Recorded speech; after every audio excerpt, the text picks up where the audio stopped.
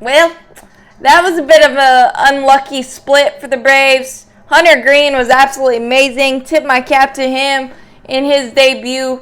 But we hit so many balls hard, right at people.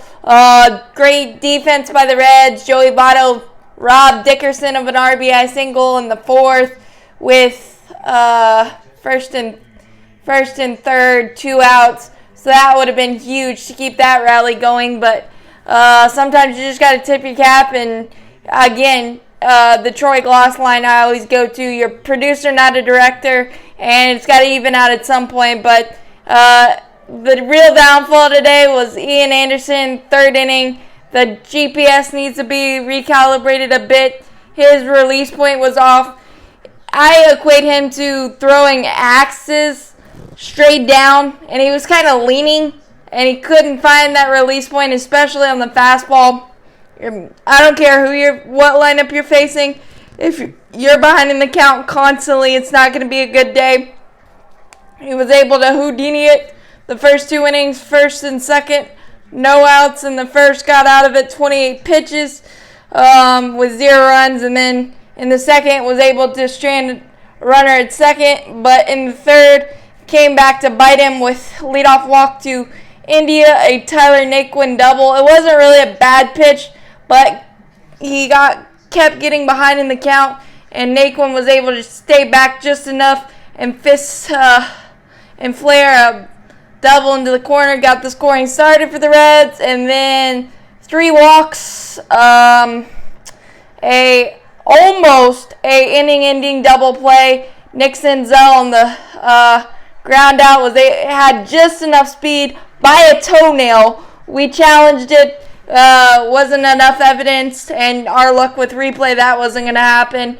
And then, so an RBI ground out thanks to Nick Senzel's hustle, and then a Colin Moran single, and then we replaced Ian Anderson with Sean Newcomb. Sean Newcomb promptly yanks a wild pitch, second and third, 2 outs, 3-0, and gives up a single to Kyle Farmer. And it was comeback uphill battle, especially with Hunter Green, his wicked slider and a hundo gas, hundo 101 gas at times too. So it was an uphill battle, but we got some good swings on him in the fourth. Matt Olson is a walking hit. He got the offensive party started with a leadoff single. Austin Riley cranked one, double, second and third, no outs. That ball should have been in the fountain or in the garage, but somehow the wind knocked it down, or the baseballs are different or something. But a double nonetheless. Second and third, no outs, and Marcell Ozuna sacrifice fly. Matt Olson scored on that one. And then